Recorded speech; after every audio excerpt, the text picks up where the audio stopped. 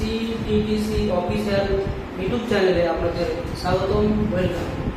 আমরা আজকে জানবো মুদালিয়ার কমিশন বা মাধ্যমিক কমিশন কত সালে গঠন করা হয়েছে? 1952 থেকে 1953। 1952-1953 কি গঠন করা হয়েছে? মুদালিয়ার কমিশন বা মাধ্যমিক কমিশন। মুদালিয়ার কমিশনকে মাধ্যমিক কমিশনও বলা হয়, কারণ মাধ্যমিক স্তরে শিক্ষার্থীরা কোন ভাষা শিখবে তার জন্য নাম দিয়েছে মুদালিয়ার কমিশনকে মাধ্যমিক কমিশন। তো এক নম্বর হচ্ছে মাধ্যমিক স্তরে যে শিক্ষার্থী পড়াশোনা করবে নিজের মাতৃভাষার সাথে। শিক্ষার্থীর পড়াশোনার মাধ্যম হবে কি? মাতৃভাষা বা আঞ্চলিক ভাষা। তার সঙ্গে সঙ্গে আর কিছু ভাষা শিখতে হবে।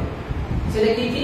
একটা হচ্ছে হিন্দি আর দ্বিতীয়টি হচ্ছে ইংরেজি। আর এটা আমাদের খেয়াল রাখতে হবে, হিন্দি ইংরেজি